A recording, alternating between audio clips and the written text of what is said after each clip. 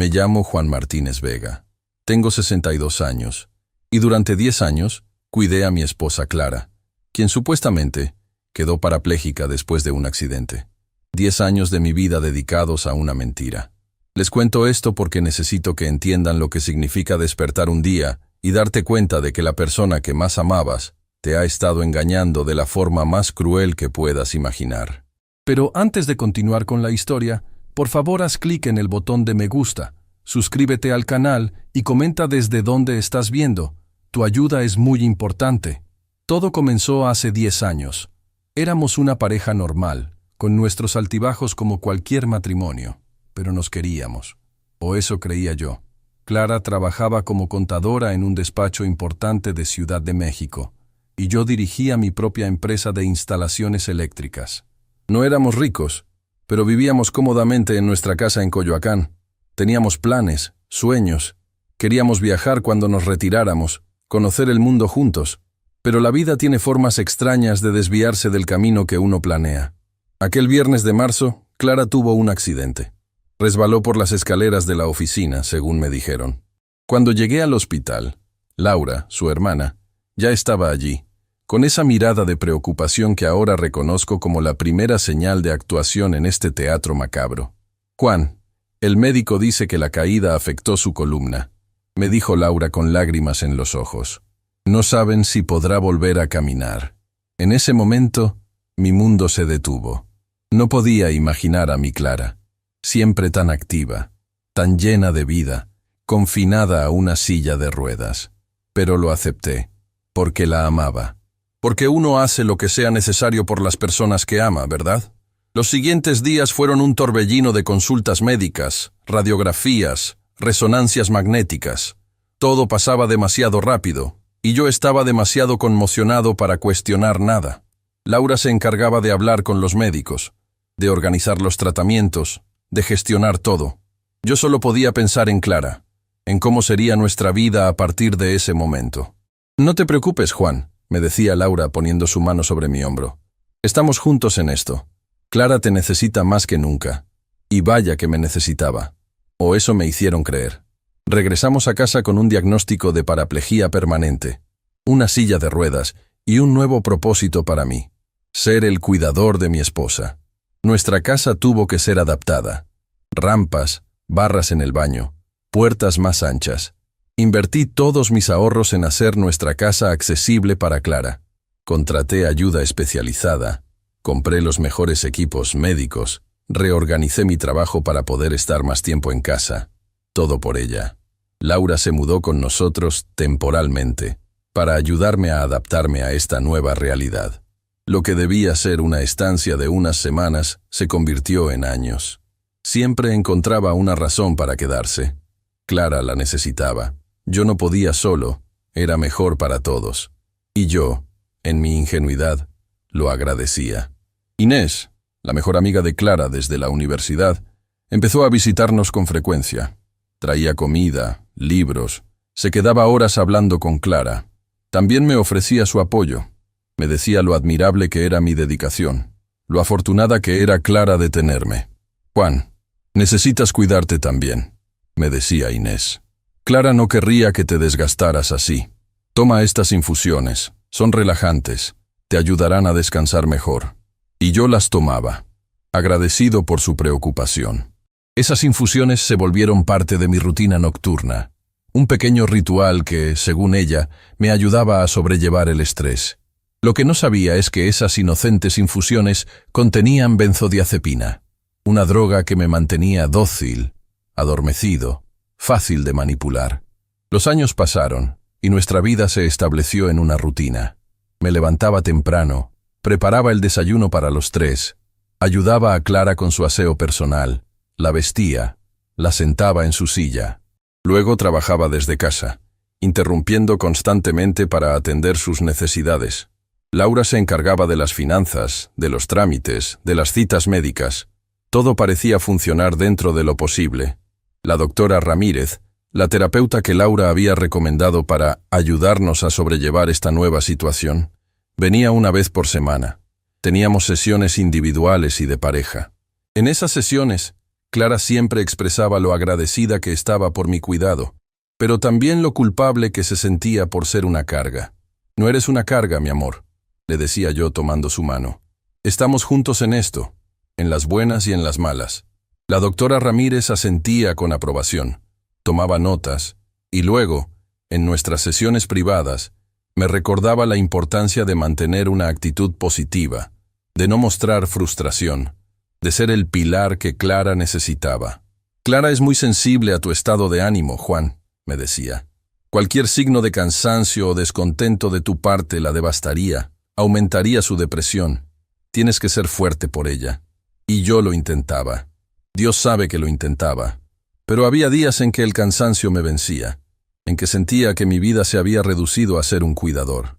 Extrañaba a la Clara de antes, nuestra vida de antes. Pero esos pensamientos me hacían sentir culpable, egoísta, así que los apartaba y seguía adelante. Las visitas al doctor Méndez, el neurólogo que trataba a Clara, eran rutinarias. Cada 6 meses íbamos al hospital para una revisión. Laura siempre insistía en acompañarnos, en estar presente durante la consulta. El doctor Méndez examinaba a Clara, revisaba sus reflejos, su sensibilidad, hacía anotaciones en su expediente y nos daba siempre el mismo diagnóstico. No había mejoría, la condición era permanente. Debíamos enfocarnos en la calidad de vida, no en falsas esperanzas. Pero hace 3 meses, algo cambió. Era una visita rutinaria como cualquier otra. Laura no pudo acompañarnos porque estaba enferma. Era la primera vez en años que íbamos solos Clara y yo al hospital.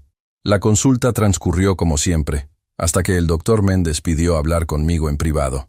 Señor Martínez, necesito que deje a su esposa aquí mientras realizamos unos estudios adicionales, me dijo, con una expresión que no supe interpretar. Venga a mi oficina, por favor. Dejé a Clara en manos de una enfermera y seguí al doctor a su despacho. Cerró la puerta y me miró fijamente.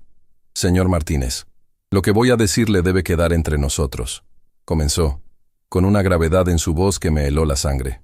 He estado revisando el historial médico de su esposa, las resonancias magnéticas, todos los estudios realizados en estos años, y hay algo que no cuadra. ¿A qué se refiere, doctor?, pregunté, sintiendo cómo mi corazón comenzaba a acelerarse.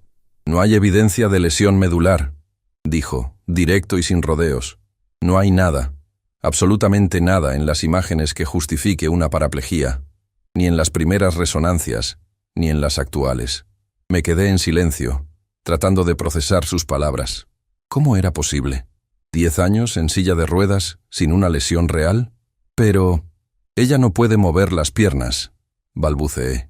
La he visto intentarlo. He estado con ella en terapia física. Señor Martínez, me interrumpió el doctor Méndez, inclinándose hacia mí. Lo que estoy sugiriendo es que su esposa podría estar simulando su condición. No sé por qué, no sé desde cuándo, pero médicamente no hay razón para que no pueda caminar. El mundo se detuvo en ese instante. 10 años. 10 años de mi vida dedicados a cuidar de alguien que me había estado engañando. 10 años de sacrificios, de adaptaciones, de renuncias, todo basado en una mentira. ¿Estás seguro?, fue lo único que pude preguntar, con la voz entrecortada. Completamente, asintió el doctor. Y hay algo más que me preocupa. He notado que usted parece adormecido, como sedado. Sus reflejos son lentos. Su discurso a veces es confuso. ¿Está tomando alguna medicación? Le hablé de las infusiones que Inés me daba, de cómo Laura controlaba todos los medicamentos de la casa, de cómo la doctora Ramírez insistía en que debía mantenerme tranquilo por el bien de Clara. El doctor Méndez escuchó en silencio, con una expresión cada vez más preocupada. Cuando terminé, se levantó y cerró con llave la puerta de su oficina. Señor Martínez, creo que usted podría estar siendo víctima de abuso. No sé exactamente qué está pasando en su hogar, pero algo no está bien. Mi consejo profesional es que no regrese a casa hoy. No confronte a su esposa ni a nadie más. Busque ayuda, reúna pruebas, y por su seguridad, no mencione esta conversación a nadie. Salí del hospital en estado de shock, con Clara en su silla de ruedas, actuando como siempre, preguntándome por qué el doctor había querido hablar conmigo a solas, diciéndome que seguro no era nada importante. Conduje de regreso a casa en piloto automático, tratando de asimilar la bomba que acababa de estallar en mi realidad. Esa noche, por primera vez en 10 años, no tomé la infusión que Inés había dejado preparada. Fingí beberla y la tiré por el desagüe cuando nadie miraba. Me acosté junto a Clara, como siempre, y esperé. Esperé hasta estar seguro de que todos en la casa dormían profundamente. Entonces, con el corazón latiéndome tan fuerte que temía que se escuchara en toda la casa, me levanté sigilosamente y fui al armario donde guardaba algunas herramientas. Saqué una pequeña cámara de seguridad que había comprado años atrás para la empresa y nunca había utilizado. La configuré rápidamente y la oculté en nuestra habitación, enfocando directamente hacia la cama y la silla de ruedas de Clara. No sabía qué esperar. No sabía si el doctor Méndez estaba en lo cierto o si yo estaba cometiendo un grave error al desconfiar de la mujer con la que había compartido más de 30 años de mi vida.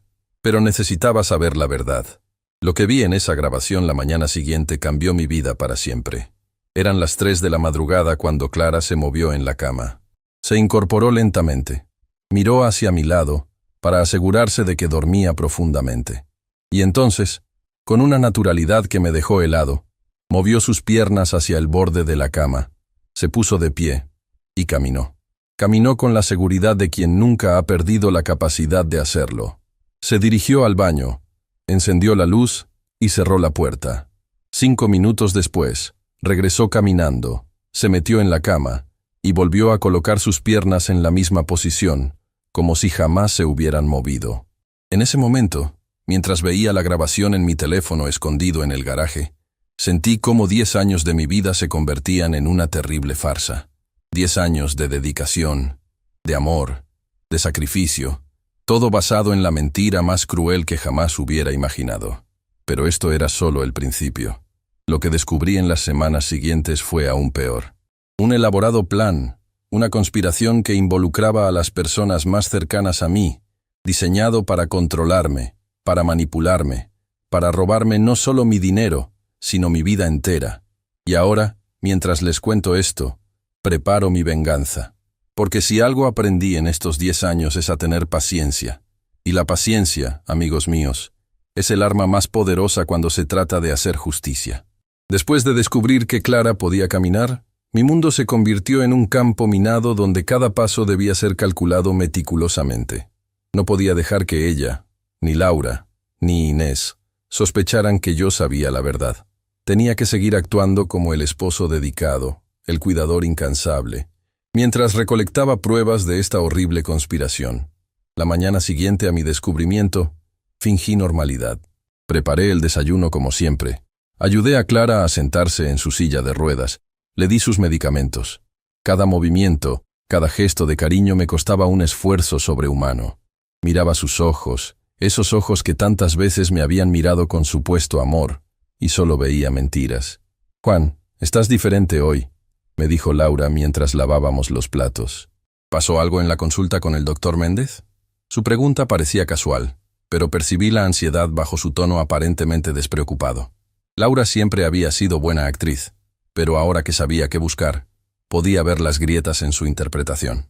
«Nada importante», respondí encogiéndome de hombros. «Solo estoy cansado. No dormí bien anoche». «Deberías tomar la infusión que te preparó Inés más temprano hoy», sugirió, con esa sonrisa que antes me parecía afectuosa y ahora me helaba la sangre. «Sabes que te ayuda a descansar mejor». «Sí, lo haré», mentí, devolviéndole la sonrisa.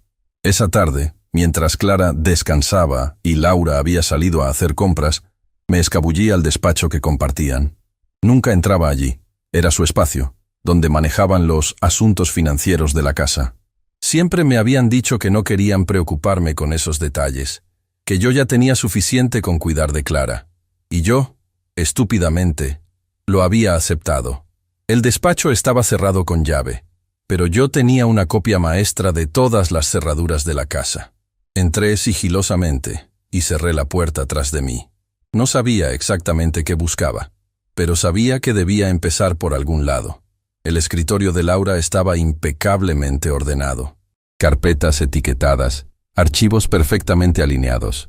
Comencé a revisarlos uno por uno, tomando fotos con mi teléfono de todo lo que me parecía sospechoso. La primera carpeta que llamó mi atención tenía mi nombre. Dentro, encontré estados de cuenta bancarios, pero no de la cuenta conjunta que teníamos Clara y yo, sino de una cuenta a nombre de Laura y Clara, que yo desconocía completamente. Los movimientos detallaban transferencias regulares desde nuestra cuenta conjunta hacia esta cuenta secreta. Pequeñas cantidades al principio, que fueron aumentando con el tiempo. En 10 años, habían desviado más de 2 millones de pesos de nuestros ahorros. Sentí náuseas. No solo por el dinero, sino por la meticulosidad del engaño. Cada transferencia estaba justificada con falsos gastos médicos, adaptaciones para la casa, terapias especiales para Clara. Todo documentado como si fuera legítimo. Todo parte de esta elaborada mentira. Seguí buscando y encontré otra carpeta con correspondencia entre Laura e Inés. Cartas y correos impresos que databan desde antes del supuesto accidente de Clara. Leí uno, fechado 3 semanas antes del incidente. Laura, todo está listo para el evento. El médico contactado por Ramírez firmará los documentos necesarios. Juan no sospechará nada. Sabes lo confiado que es. Clara está nerviosa pero decidida. Recuérdales a ambas que una vez que empecemos, no hay vuelta atrás. La medicación para Juan llegará mañana. Empezaremos con dosis bajas. Mi corazón se aceleró al leer estas palabras. No era solo un engaño improvisado, era un plan calculado, premeditado, diseñado para... ¿Para qué? ¿Qué buscaban conseguir? La respuesta llegó en la siguiente carpeta. Documentos legales. Mi testamento, modificado hace 8 años, que dejaba todo a Clara en caso de mi muerte. Un poder notarial que otorgaba a Clara y Laura control total sobre mis bienes en caso de incapacidad mental. Seguros de vida a nombre de Clara, con Laura, como beneficiaria secundaria. Todo firmado por mí, pero yo no recordaba haber firmado varios de estos documentos. ¿Me habían drogado más fuertemente en algunas ocasiones para obtener mi firma? Escuché un ruido en la entrada de la casa. Laura había regresado. Rápidamente, puse todo en su lugar exacto y salí del despacho, cerrando con llave. Me dirigí a la cocina y fingí estar preparando café cuando ella entró. «¿Qué haces, Juan?», preguntó Laura, dejando las bolsas de compras sobre la mesa. «Pensé en preparar café para los 3», respondí con naturalidad. «Clara debe estar por despertar de su siesta». Laura me miró con una expresión que no supe descifrar. ¿Sospechaba algo? Decidí que necesitaba ser más cauteloso. Esa noche, mientras cenábamos, observé detenidamente la dinámica entre las 3. Las miradas cómplices entre Clara y Laura.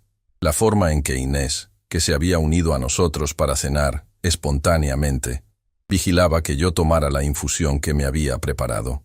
«Juan, no has tocado tu té», señaló Inés con fingida preocupación. «Se enfriará». «Oh, lo siento», dije, llevando la taza a mis labios, pero sin beber realmente. Estaba distraído. «Has estado distraído todo el día», comentó Clara tomando mi mano sobre la mesa. «¿Te encuentras bien, mi amor?». Su toque, que antes me reconfortaba, ahora me producía repulsión, pero sonreí y apreté su mano. «Solo estoy cansado», respondí. «Creo que me iré a dormir temprano esta noche». En mi habitación instalé otra cámara, esta vez en el armario, enfocando hacia el escritorio donde Clara tenía su computadora. También coloqué un pequeño micrófono bajo la mesa del comedor, donde las 3 solían reunirse cuando creían que yo dormía. Los días siguientes fueron una tortura. Actuaba con normalidad mientras acumulaba pruebas. Las grabaciones nocturnas mostraban a Clara no solo caminando sino haciendo ejercicios, estirándose como quien necesita mantener su cuerpo en forma. Las grabaciones del comedor captaron conversaciones que confirmaban mis peores sospechas. Una noche, 2 semanas después de mi descubrimiento inicial, capté una conversación particularmente reveladora. «Tenemos que aumentar la dosis», decía Laura. «Juan está más lúcido últimamente. Ayer lo vi mirando los frascos de medicamentos, como si tratara de leer las etiquetas». «No podemos aumentar más sin riesgo de efectos secundarios evidentes», respondió Inés. «Si empieza a mostrar signos visibles de sedación, el doctor Méndez podría notarlo en la próxima visita». «Entonces acelera el plan», intervino Clara con una frialdad que nunca le había conocido. «Haz los arreglos con Ramírez para la evaluación psiquiátrica. Con su informe podemos proceder con la declaración de incapacidad. Una vez que tengamos el control legal, No importará si está lúcido o no. ¿Y luego?, preguntó Inés. Luego el accidente, respondió Laura con tanta naturalidad que me heló la sangre. Lo hemos planeado durante años. Será perfecto, indetectable. Juan tiene un historial documentado de depresión, gracias a los informes de Ramírez. Nadie cuestionará un suicidio. Me quedé paralizado escuchando la grabación. No solo querían robarme, querían matarme. Hacer parecer que, incapaz de soportar la carga de cuidar a mi esposa inválida, había decidido quitarme la vida. Un plan perfecto. Al día siguiente, con el pretexto de ir a comprar medicamentos para Clara, me dirigí al laboratorio donde trabajaba Sofía, una antigua amiga de la universidad con quien había mantenido contacto esporádico a lo largo de los años. Llevaba conmigo una muestra de la infusión que Inés me daba cada noche. «Juan, qué sorpresa», me saludó Sofía cuando me vio entrar a su oficina. «¿Cómo está Clara?» «De eso quería hablarte, Sofía», respondí, cerrando la puerta tras de mí. «Necesito tu ayuda y tu absoluta discreción». Le conté parte de la verdad, que sospechaba que alguien estaba poniendo algo en mi té, que me sentía constantemente adormilado. No le revelé mis sospechas sobre Clara. No estaba listo para compartir toda la historia todavía. Sofía escuchó con creciente preocupación. Cuando terminé, tomó el frasco con la muestra que le ofrecía. «Esto es muy serio, Juan», dijo. «Si alguien está administrando medicamentos sin tu consentimiento, es un delito. Analizaré esto inmediatamente. Tendremos resultados en 48 horas». Regresé a casa con un plan formándose en mi mente. Necesitaba más pruebas. Necesitaba entender la extensión completa de esta conspiración antes de actuar. Y, sobre todo, necesitaba mantener la apariencia de normalidad mientras lo hacía. Esa tarde, mientras ayudaba a Clara a ejercitar sus piernas como parte de su supuesta terapia física, noté algo que había pasado por alto antes. La forma en que tensaba los músculos, la resistencia que ofrecía cuando movía sus piernas. No era la resistencia flácida de músculos atrofiados. Era el control consciente de una persona perfectamente capaz de moverse. «Clara», dije suavemente, «¿recuerdas cuando solíamos ir a bailar?» Ella sonrió con nostalgia fingida. «Claro que sí. Eras un bailarín terrible, pero me encantaba igual. A veces pienso», continué, observando cuidadosamente su reacción, «¿qué pasaría si un día, por un milagro, pudieras volver a caminar?» Su expresión cambió sutilmente. Un destello de alarma en sus ojos, rápidamente enmascarado con una sonrisa triste. «Juan, sabes que eso no pasará», respondió, apretando mi mano. «Los médicos fueron claros desde el principio. La lesión es permanente». «Pero hay casos, ¿sabes? Casos milagrosos donde personas con lesiones como la tuya de repente recuperan la movilidad», insistí. «No alimentes falsas esperanzas, mi amor», intervino Laura, que había entrado sigilosamente a la habitación. «No es bueno para ninguno de los dos». La mirada que intercambiaron Clara y Laura confirmó mis sospechas. Estaban preocupadas de que empezara a cuestionar el diagnóstico, de que la verdad saliera a la luz. 2 días después, Sofía me llamó. Su voz sonaba urgente. «Juan, tenemos los resultados. Necesito verte inmediatamente. Nos encontramos en un café lejos de mi casa». Sofía trajo un sobre con los informes del laboratorio. «La infusión contiene benzodiazepina», confirmó, mostrándome los resultados. «Una dosis baja pero constante. Si has estado tomando esto regularmente durante años, como dices, podrías haber desarrollado dependencia sin saberlo. También explicaría los síntomas que describes: letargo, confusión, pérdida de memoria a corto plazo». «¿Puede esto incapacitarme legalmente?», pregunté, recordando la conversación que había grabado. Sofía me miró con gravedad. «Si alguien quisiera argumentar que no eres competente para tomar decisiones y tuvieras síntomas evidentes de deterioro cognitivo, con los informes adecuados de un psiquiatra, sí, podrían lograr una declaración de incapacidad. Y si dejara de tomar esto de repente, podrías experimentar síndrome de abstinencia», respondió. «Ansiedad, insomnio, temblores. En casos extremos, convulsiones. Necesitas dejarlo gradualmente, bajo supervisión médica». Le agradecí y le pedí una copia de los resultados. Una pieza más del rompecabezas encajaba en su lugar. Al regresar a casa, encontré a Clara durmiendo En nuestra habitación. Laura estaba en el despacho, hablando por teléfono en voz baja. Me acerqué sigilosamente a la puerta y escuché. Todo está listo para el viernes, decía. Ramírez traerá al psiquiatra para la evaluación. Asegúrate de que tome una dosis doble el jueves por la noche. Sí, Inés ya lo sabe. No, Clara está lista. Ha estado practicando su papel de esposa devastada. Una vez que tengamos la declaración, el resto será fácil. Mi mente trabajaba a toda velocidad. Tenían un plan concreto, con fechas. Pensaban declararme incapaz este viernes, con la ayuda de un psiquiatra traído por la doctora Ramírez. Y después, el accidente. Esa noche, mientras todos dormían, revisé mi computadora. Hacía años que no la usaba regularmente. Laura se había ofrecido a manejar toda mi correspondencia, mis facturas, mis asuntos personales, para que puedas dedicarte a cuidar de Clara, había dicho. Otra mentira. Accedí a mi correo electrónico. La contraseña había sido cambiada, pero recordé que tenía una cuenta de recuperación. Después de varias tentativas, logré acceder. Lo que encontré me dejó atónito. Cientos de correos entre Laura e Inés que nunca había visto. Correos con la doctora Ramírez discutiendo mi caso, mi supuesta depresión, mi creciente inestabilidad mental. Correos con un abogado, planificando la transferencia de mis bienes una vez que fuera declarado incapaz. Correos con Clara, mi propia esposa, burlándose de mi ingenuidad, de mi devoción, de mi amor. En uno de los correos, fechado hace apenas un mes, Clara escribía a Laura. A veces, cuando lo veo dormido, me pregunto cómo ha podido ser tan ciego durante tanto tiempo. 10 años limpiando, cocinando, cuidándome como si realmente lo necesitara. Me cuesta contener la risa cuando me ayuda a acostarme. Si supiera que por las noches, mientras duerme drogado, salgo a caminar por el jardín, a estirar las piernas. Pero ya falta poco. Pronto tendremos todo lo que hemos planeado. Las lágrimas corrían por mi rostro mientras leía estas palabras. 10 años de mi vida, dedicados a una mentira.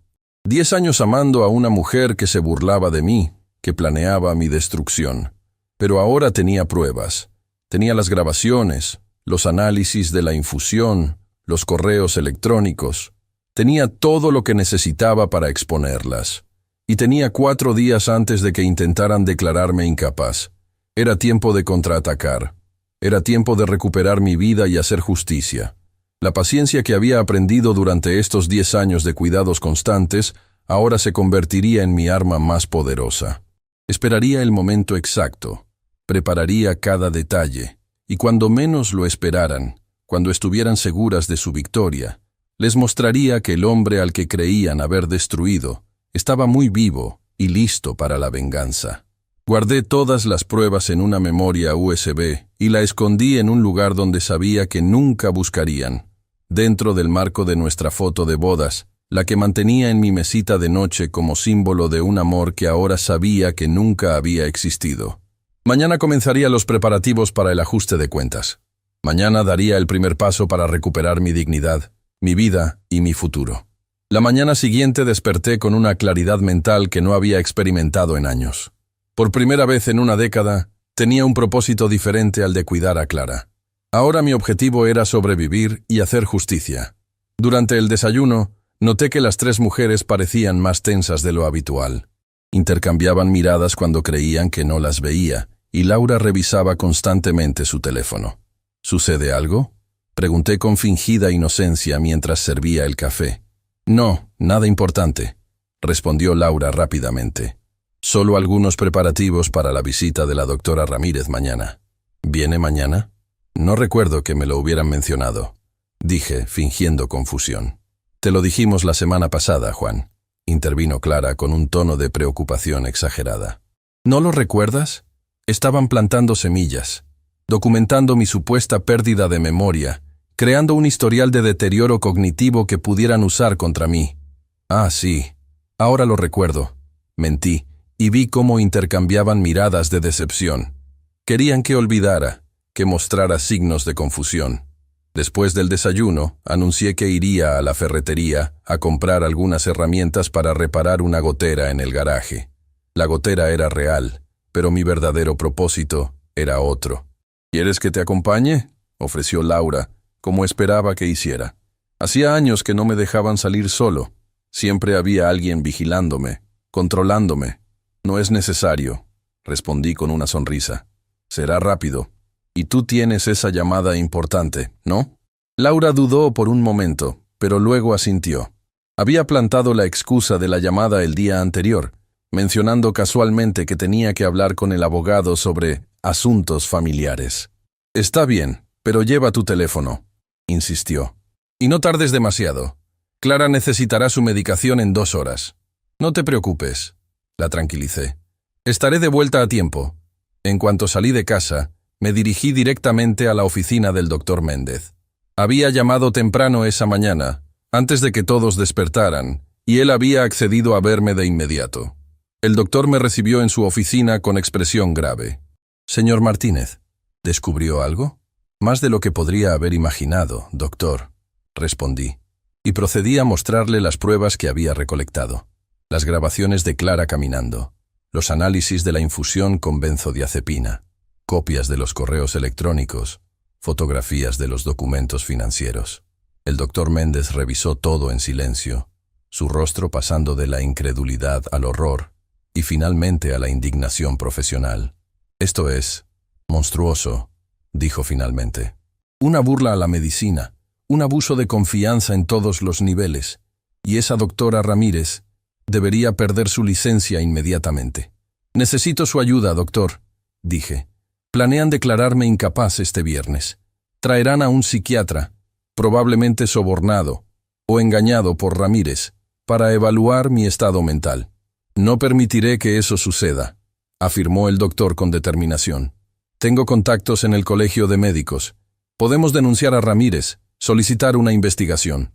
«Eso tomará tiempo», repliqué. «Y no tengo tiempo. Necesito detenerlas antes de que ejecuten su plan. Necesito exponerlas, pero de una manera que no puedan escapar, que no puedan negar». El doctor Méndez se reclinó en su silla, pensativo. «¿Qué tiene en mente exactamente, señor Martínez?» «Un confrontamiento», respondí. «Una trampa. Dejarles creer que su plan está funcionando, y luego revelar la verdad cuando estén todas presentes, incluyendo a Ramírez y ese psiquiatra que planean traer.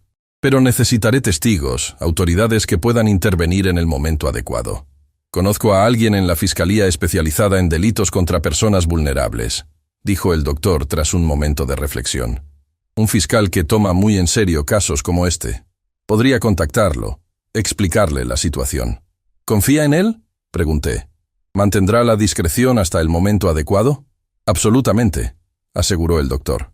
«Ha manejado casos similares antes, aunque, debo admitir, ninguno tan elaborado como el suyo». Pasamos la siguiente hora planificando. El doctor Méndez llamó al fiscal Ortega, quien accedió a reunirse con nosotros esa misma tarde. También contactó a un colega psiquiatra de confianza que podría contrarrestar cualquier evaluación falsa que presentara Ramírez. Antes de irme, el doctor me entregó una pequeña caja. «Pastillas de placebo», explicó. «Idénticas en apariencia a la benzodiazepina que le han estado dando, pero completamente inofensivas. Sustituya sus infusiones con estas. Necesitamos que esté completamente lúcido para lo que viene». Regresé a casa justo a tiempo para la medicación de Clara. Laura me miró con suspicacia cuando entré cargando una bolsa de la ferretería. «¿Encontraste lo que necesitabas?», preguntó, examinando el contenido de la bolsa disimuladamente. «Sí, todo lo necesario para arreglar esa gotera», respondí, mostrándole los materiales que había comprado como coartada. Esa tarde, mientras fingía reparar la gotera en el garaje, instalé cámaras y micrófonos adicionales en puntos estratégicos de la casa. Necesitaba documentar todo lo que sucediera en los próximos días. Cada conversación, cada acción que confirmara la conspiración. A las 5, alegando que necesitaba comprar un repuesto adicional para la reparación, salí nuevamente para reunirme con el fiscal Ortega en su oficina. El doctor Méndez ya estaba allí cuando llegué. Ortega era un hombre de unos 50 años, con ojos penetrantes que parecían analizar cada palabra, cada gesto. Escuchó mi historia en silencio, revisando las pruebas que le presenté con meticulosa atención. «Señor Martínez, lo que describe es una serie de delitos graves», dijo finalmente. fraude, administración de sustancias prohibidas sin consentimiento, conspiración, intento de homicidio. Tenemos suficiente evidencia para actuar de inmediato, realizar arrestos. No, interrumpí. Si actuamos ahora, podrían alegar que las grabaciones fueron manipuladas, que los correos fueron falsificados. Necesitamos atraparlas infraganti. Necesitamos que confiesen, que se expongan ellas mismas. Ortega me observó detenidamente. Lo que propone es peligroso. Está poniendo en riesgo su propia vida. Mi vida ya está en riesgo, respondí. Han planeado matarme. La única diferencia es que ahora lo sé, y estoy preparado. Después de una larga discusión, Ortega accedió a mi plan. Proporcionaría agentes encubiertos que se harían pasar por personal de servicio durante la cena especial que planeaba organizar para el viernes, la noche en que se suponía que el psiquiatra vendría a evaluarme. Si en algún momento siente que está en peligro inmediato, use esta palabra clave, me indicó Ortega, entregándome un pequeño dispositivo de audio. Mis agentes intervendrán de inmediato. Al regresar a casa, encontré a Inés preparando la infusión nocturna en la cocina. Me acerqué silenciosamente y la observé por un momento. Vertía el contenido de un frasco pequeño en la taza, mezclándolo con el té de hierbas. «¿Qué le pones a mi té, Inés?», pregunté, sobresaltándola. Ella se giró bruscamente, ocultando el frasco en su bolsillo con un movimiento rápido. «Juan, me asustaste», exclamó con una risa nerviosa. «Solo es miel y un poco de menta. Tu favorito, ¿recuerdas?». Sonreí y asentí, fingiendo creerle. «Gracias por preocuparte tanto por mí», dije, tomando la taza. «No sé qué haría sin ti, sin Laura, sin Clara. Son mi familia». Vi un destello de culpa en sus ojos, rápidamente reemplazado por una sonrisa forzada. «Nos cuidamos entre todos», respondió. «Es lo que hace la familia». Fingí beber el té en su presencia, pero apenas ella salió de la cocina, lo vertí en la maceta de una planta y sustituí el líquido con agua. Luego llevé la taza vacía al fregadero como si me lo hubiera terminado. Esa noche, mientras todos dormían, activé el micrófono del comedor. Como esperaba, Clara, Laura e Inés se reunieron allí para discutir sus planes. «¿Le diste la dosis completa?», preguntó Laura a Inés. «Sí, incluso un poco más», respondió Inés. «Debería estar profundamente dormido. No recordará nada de lo que pasó hoy». «Perfecto», intervino Clara. «Ramírez vendrá mañana con los documentos preliminares. El viernes traerá al psiquiatra Velasco. Él ya tiene preparado el informe. Solo necesita la entrevista para validarlo». «¿Y si se resiste?», preguntó Inés. Hoy parecía más presente, más lúcido. «Por eso aumentamos la dosis», respondió Laura con impaciencia. «Para el viernes estará completamente dócil, confundido. Velasco hará preguntas específicamente diseñadas para evidenciar deterioro cognitivo. Juan no tendrá oportunidad». «¿Y después?», insistió Inés, con un temblor en la voz que me sorprendió. ¿Estaba desarrollando dudas? «Después seguimos el plan original», respondió Clara con frialdad. «El accidente ocurrirá la semana siguiente. Ramírez ya ha estado documentando tendencias suicidas en sus informes durante años. Nadie cuestionará que, devastado por su diagnóstico de demencia incipiente, Juan decidió terminar con su vida. Es tan definitivo», murmuró Inés.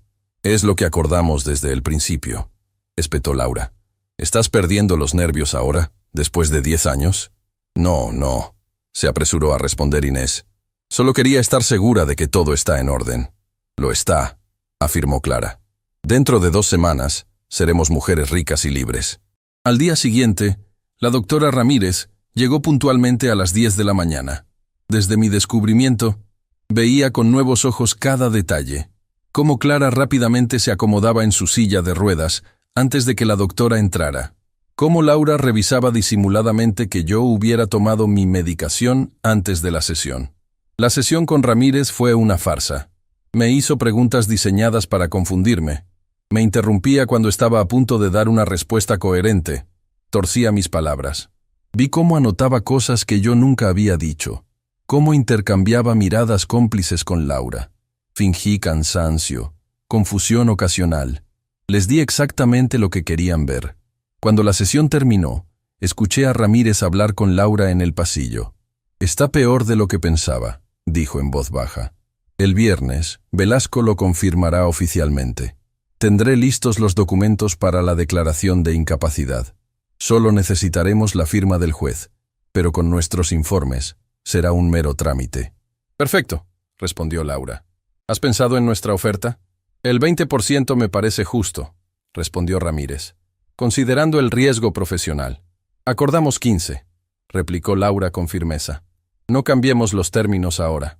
20 o busco a otro cliente, insistió Ramírez. Hay muchos hombres ricos con esposas ambiciosas en esta ciudad. Después de un tenso silencio, Laura accedió.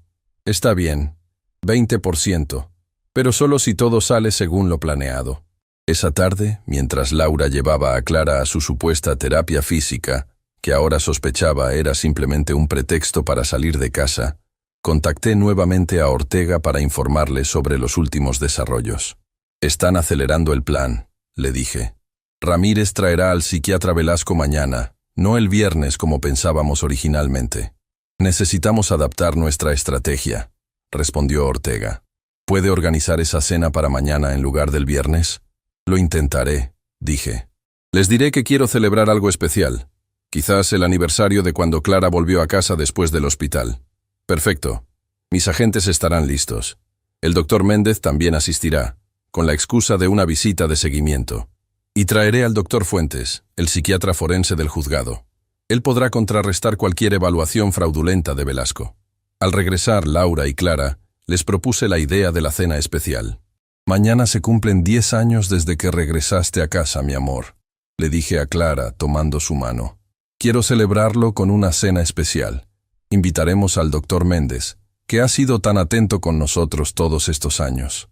Clara y Laura intercambiaron miradas de preocupación. Pero mañana viene el doctor Velasco, objetó Laura. No es buen momento para una celebración. ¿El doctor Velasco?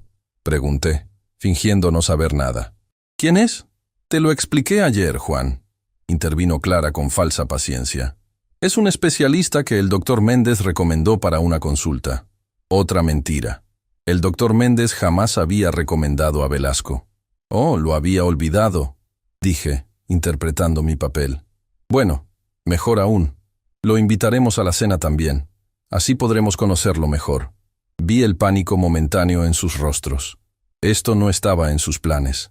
Pero también vi que calculaban rápidamente cómo usar esta situación a su favor. Es una idea maravillosa, Juan, dijo finalmente Clara, apretando mi mano. Siempre tan considerado, incluso en estos momentos. Como si ya supiera que me quedaba poco tiempo. Me encargaré de todo, ofreció Laura. Tú solo descansa. No, insistí. Quiero organizarlo yo mismo. Es importante para mí. Pero Juan, hace años que no te ocupas de estas cosas, objetó Laura.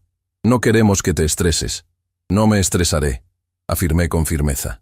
Será algo sencillo. Llamaré a ese servicio de catering que usamos para el cumpleaños de Clara el año pasado. Finalmente cedieron, probablemente pensando que fracasaría en los preparativos, lo que añadiría más evidencia a mi supuesta incapacidad. Esa misma tarde, hice las llamadas necesarias. No al servicio de catering, sino a Ortega, quien arreglaría para que sus agentes se presentaran como personal del servicio. También llamé al doctor Méndez, quien confirmó su asistencia, y la del doctor Fuentes. Por la noche, mientras Clara dormía, coloqué cámaras adicionales en el comedor, donde tendría lugar la cena. También instalé un pequeño proyector oculto en la vitrina, conectado a mi computadora portátil, donde había preparado una presentación con todas las pruebas recolectadas. Todo estaba listo. Mañana, después de 10 años de engaños, la verdad saldría a la luz. Mañana recuperaría mi vida, mi dignidad, mi futuro, y ellas enfrentarían las consecuencias de sus actos. Me acosté junto a Clara, observando su respiración fingidamente profunda. Por un momento, me invadió una tristeza inmensa. A pesar de todo, hubo un tiempo en que la amé verdaderamente. Hubo un tiempo en que creí que ella también me amaba. Mañana termina todo, Clara, susurré, seguro de que no podía oírme, o fingiendo no hacerlo. 10 años de mentiras llegan a su fin. Y con esa promesa, cerré los ojos, no para dormir, sino para repasar mentalmente cada detalle del plan. No habría margen de error. No habría segunda oportunidad. Mañana sería el día del ajuste de cuentas. El día del ajuste de cuentas amaneció como cualquier otro. El sol entraba por las ventanas. Los pájaros cantaban en el jardín. Y las 3 mujeres que habían conspirado para destruirme seguían creyendo que tenían el control absoluto de la situación. Si tan solo supieran lo que les esperaba. Me levanté temprano y preparé el desayuno como siempre. Clara me observaba desde su silla de ruedas con esa sonrisa condescendiente que ahora reconocía como parte de su actuación. Laura revisaba su teléfono, probablemente ultimando detalles con Ramírez y Velasco. Inés había llegado temprano, trayendo las infusiones especiales que ya no tenían efecto en mí, gracias a las pastillas de placebo del doctor Méndez. «Estás de buen humor hoy», comentó Laura, observándome con suspicacia. «Es un día especial», respondí con una sonrisa genuina. 10 años desde que Clara volvió a casa. 10 años de dedicación. «Eres el mejor esposo que una mujer podría desear», dijo Clara, tomando mi mano con fingida emoción. «No sé qué habría hecho sin ti, ni yo sin ti», pensé con amarga ironía. Sin ella, sin su elaborada mentira, habría vivido una vida normal. Habría envejecido con dignidad, rodeado de amor verdadero, no de esta telaraña de engaños. «El servicio de catering llegará a las 5», anuncié. «La cena será a las 7. He invitado al doctor Méndez, como les dije. También vendrá el doctor Fuentes, un colega suyo que quiere presentarnos». «¿El doctor Fuentes?», preguntó Laura con alarma apenas disimulada. «¿No mencionaste a ningún doctor Fuentes ayer?» «¿No lo hice?», fingí confusión. «El doctor Méndez me llamó anoche para preguntarme si podía traerlo. Es un especialista en... no recuerdo exactamente. La memoria me falla últimamente». Vi el alivio en sus rostros. Mi aparente confusión les confirmaba que su plan estaba funcionando, que yo estaba deteriorándome exactamente como habían planeado. «No te preocupes, mi amor», dijo Clara palmeando mi mano. «Es normal a tu edad tener pequeños olvidos. A mis 62 años, estaba lejos de la edad donde los pequeños olvidos fueran normales. Pero ese comentario revelaba su estrategia. Hacerme sentir viejo, inútil, incapaz. «Supongo que sí», respondí con fingida resignación. Pasé la mañana preparando la casa para la cena. Laura intentaba supervisarme constantemente, pero encontré maneras de escapar de su vigilancia el tiempo suficiente para verificar que todas las cámaras y micrófonos funcionaran correctamente, que el proyector estuviera listo, que mi presentación estuviera en orden. A las 3 de la tarde, recibí un mensaje de texto de Ortega confirmando que todo estaba preparado. Sus agentes llegarían a las 5, disfrazados como personal del servicio de catering. El doctor Méndez y el doctor Fuentes, el psiquiatra forense, llegarían a las 7, junto con Ramírez y Velasco. A las 4, Clara y Laura se retiraron a descansar antes de la cena. Sabía que en realidad estarían repasando su plan, preparándose para la evaluación que Velasco realizaría, ajustando los últimos detalles de su estrategia. Aproveché ese momento para revisar una última vez todas las pruebas que presentaría esa noche.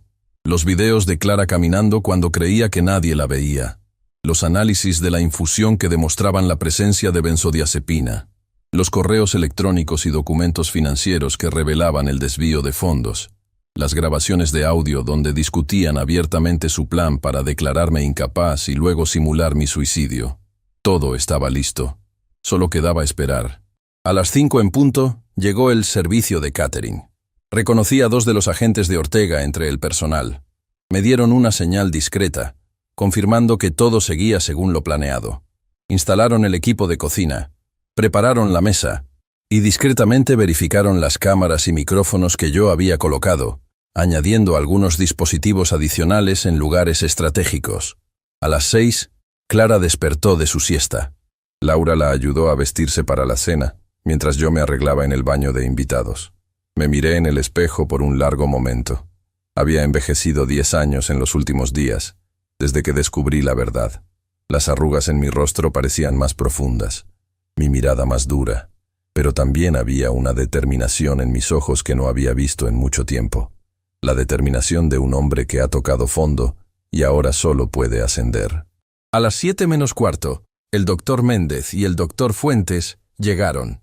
Les recibí en la entrada intercambiando saludos formales para beneficio de Clara y Laura, que observaban desde el salón. «Es un placer conocerlo, señor Martínez», dijo el doctor Fuentes estrechando mi mano con firmeza. «El doctor Méndez me ha hablado mucho de usted y su situación». «El placer es mío, doctor», respondí. «Espero que disfrute de la cena». A las 7 en punto sonó el timbre nuevamente. Eran Ramírez y Velasco. Ramírez me saludó con esa sonrisa falsa que ahora me revolvía el estómago. Velasco, un hombre de aspecto severo con gafas de montura metálica, apenas me dirigió una mirada evaluativa. «Juan, qué gusto verte», dijo Ramírez. «Te presento al doctor Velasco, el especialista del que te hablé». «Encantado, doctor», dije estrechando su mano. «Gracias por venir a nuestra pequeña celebración». «¿Celebración?», preguntó Velasco, claramente confundido. «Sí, hoy se cumplen 10 años desde que mi esposa Clara regresó a casa después de su accidente», expliqué. 10 años desde que comenzó nuestra nueva vida juntos. Velasco miró a Ramírez con desconcierto. Claramente, no le habían informado de este detalle del plan. «Ah, sí, por supuesto», balbuceó Ramírez. «Una fecha importante, sin duda». Los conduje al comedor, donde ya estaban sentados Clara, Laura, Inés, el doctor Méndez y el doctor Fuentes. El ambiente estaba cargado de tensión, aunque cada uno intentaba disimularlo a su manera. Clara sonreía serenamente desde su silla de ruedas, colocada en la cabecera de la mesa. Laura mantenía una conversación superficial con el doctor Méndez. Inés jugueteaba nerviosamente con su servilleta. Me senté en el otro extremo de la mesa, ocupando mi lugar como anfitrión. El personal del catering comenzó a servir los aperitivos y el vino. Noté que uno de ellos, discretamente, activaba los sistemas de grabación adicionales bajo la mesa. Durante el primer plato, la conversación fluyó con aparente normalidad. Hablamos del clima, de noticias recientes, de temas intrascendentes, pero podía sentir la impaciencia creciente de Velasco y Ramírez. Habían venido con un propósito, y esta charla social les retrasaba. Finalmente, durante el plato principal, Ramírez decidió tomar la iniciativa. «Juan, el doctor Velasco está aquí para realizarte una evaluación», dijo con falsa preocupación. «Hemos notado algunos cambios en tu comportamiento últimamente. Solo queremos asegurarnos de que todo está bien». «¿Cambios?», pregunté con fingida inocencia. «¿Qué tipo de cambios?» «Olvidos frecuentes, confusión, irritabilidad», enumeró Ramírez. «Clara y Laura están preocupadas. Yo también lo estoy, como tu terapeuta. Es parte normal del envejecimiento, supongo», comenté, viendo cómo Velasco tomaba notas en una pequeña libreta. «Aunque a veces me pregunto si será algo más serio». Vi el destello de triunfo en los ojos de Clara. Estaba poniendo las palabras exactas en mi boca, facilitándoles el diagnóstico que buscaban. «El doctor Velasco es especialista en deterioro cognitivo», explicó Ramírez. «Quizás podría hacerte algunas preguntas después de la cena en privado». «¿Por qué en privado?», pregunté. «No tengo nada que ocultar. Puede preguntarme lo que quiera aquí mismo, frente a mi familia y amigos». Esto claramente no era lo que habían planeado. Velasco miró a Ramírez con incertidumbre. «Es lo habitual en estas evaluaciones», intervino Velasco. «La privacidad garantiza respuestas más honestas». «Insisto», dije con firmeza. «Pregúnteme aquí. Todos somos prácticamente familia, ¿no es así?» El doctor Fuentes tosió ligeramente, una señal que habíamos acordado. Era el momento. «Antes de eso», dije levantándome de mi asiento, «me gustaría proponer un brindis, por estos 10 años, por todo lo que hemos compartido, por la verdad». Levanté mi copa y todos me imitaron con diversos grados de incomodidad. «Por la verdad», repetí mirando directamente a Clara. «La verdad que el doctor Méndez me reveló hace 3 semanas». La copa de Clara tembló visiblemente. Laura palideció. «¿De qué hablas, Juan?», preguntó Clara con voz trémula. «De tu milagrosa recuperación, querida», respondí con una sonrisa que no llegaba a mis ojos. «De tu capacidad para caminar perfectamente cuando crees que estoy dormido». Un silencio sepulcral cayó sobre la mesa. Todos los ojos estaban fijos en mí. Podía ver el pánico creciendo en los rostros de Clara, Laura y Ramírez. Inés parecía a punto de desmayarse. «Juan, no sé de qué estás hablando». dijo Clara, intentando mantener la compostura. Creo que esto confirma lo que temíamos. Estás confundido. Estás imaginando cosas. ¿Lo estoy? Pregunté, sacando un pequeño control remoto de mi bolsillo. ¿Estoy imaginando esto? Presioné un botón y el proyector oculto en la vitrina se activó, proyectando sobre la pared blanca del comedor el video de Clara levantándose de la cama y caminando con total normalidad hacia el baño. Los jadeos alrededor de la mesa fueron audibles. El doctor Velasco se quedó boquiabierto. El doctor Fuentes asintió gravemente. Los agentes del catering se posicionaron estratégicamente alrededor de la habitación. Esto debe ser un montaje, balbuceó Laura, pero su voz carecía de convicción. ¿Y esto también? Pregunté, cambiando a otro video, esta vez de Clara haciendo ejercicios en el jardín a altas horas de la noche. ¿Y esto? Continué, mostrando ahora las grabaciones de audio de sus conversaciones donde discutían abiertamente su plan para declararme incapaz y luego simular mi suicidio. Sus rostros perdieron todo color. Clara intentó levantarse de su silla de ruedas, olvidando por un momento su supuesta incapacidad, pero se detuvo al darse cuenta de su error. Era demasiado tarde. Todos lo habían visto. 10 años, dije, mi voz quebrándose ligeramente por primera vez. 10 años cuidándote, amándote, sacrificándome por ti. Y todo era una mentira. Juan, puedo explicarlo, comenzó Clara. ¿Explicar qué? La interrumpí. ¿Cómo fingiste un accidente? ¿Cómo me drogaron durante años para mantenerme dócil y confundido? ¿Cómo planeaban matarme después de robarme todo? Cambié la proyección, mostrando ahora los análisis de la infusión con benzodiazepina, los documentos financieros que revelaban el desvío de fondos, los correos electrónicos incriminatorios. Lo tengo todo, declaré, cada detalle de su plan, cada paso de su conspiración. Y no estoy solo. Como si fuera una señal, el doctor Fuentes se levantó y mostró su identificación oficial. Doctor Arturo Fuentes, psiquiatra forense del Tribunal Superior de Justicia, se presentó formalmente. Y estos caballeros, los miembros del catering, sacaron sus placas. Policía Nacional, anunció uno de ellos. Estamos aquí a petición del fiscal Ortega, de la Fiscalía Especializada en Delitos contra Personas Vulnerables. Ramírez intentó huir, pero 2 agentes la bloquearon inmediatamente. Velasco, completamente pálido, dejó caer su libreta. Laura miró a Clara, el pánico transformándose en furia en sus ojos. «Esto es tu culpa», le gritó.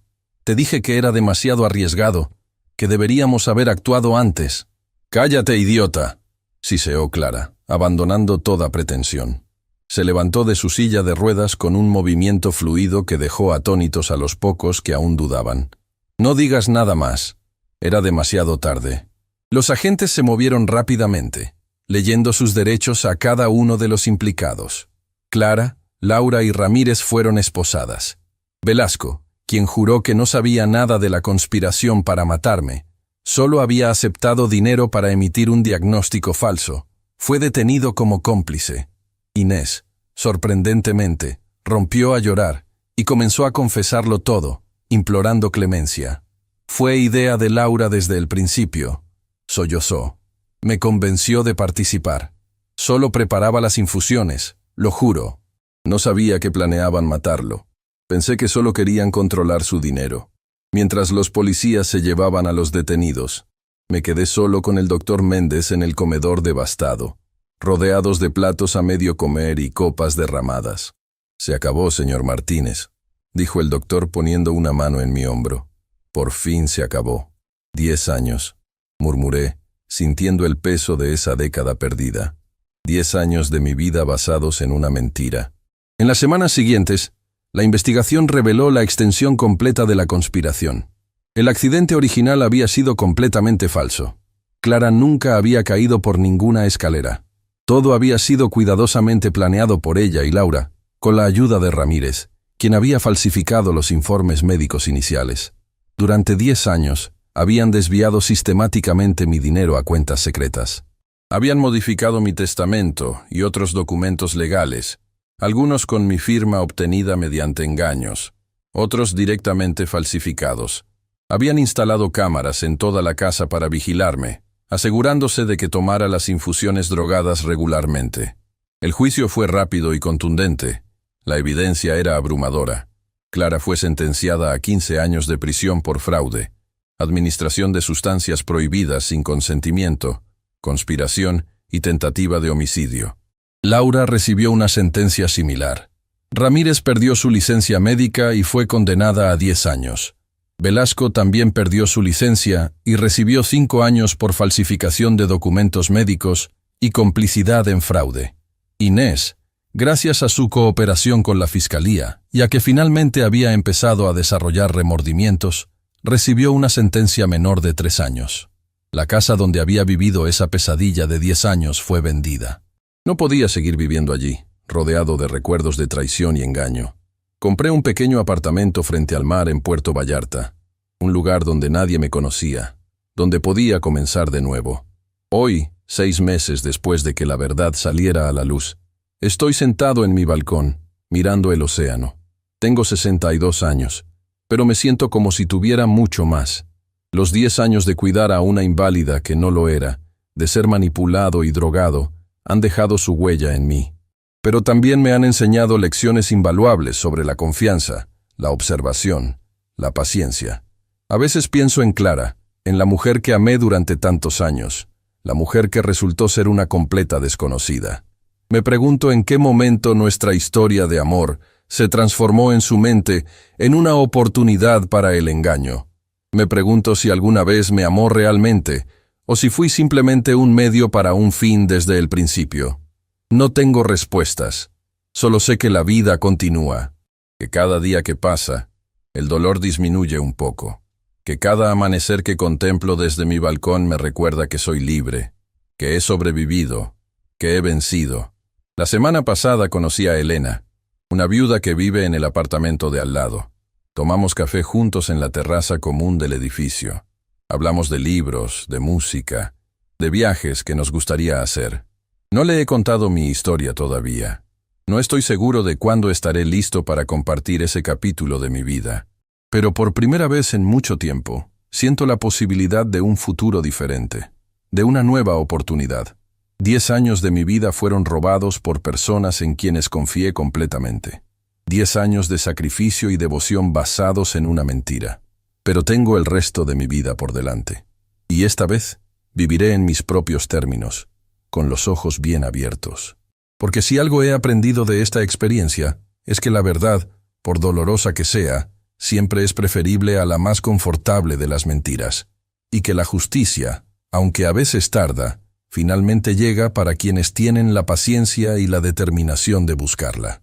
Si esta historia te impactó, suscríbete ahora y activa la campana para no perderte nuestras próximas historias. Dale like si crees que Juan hizo lo correcto al enfrentar a los que lo traicionaron.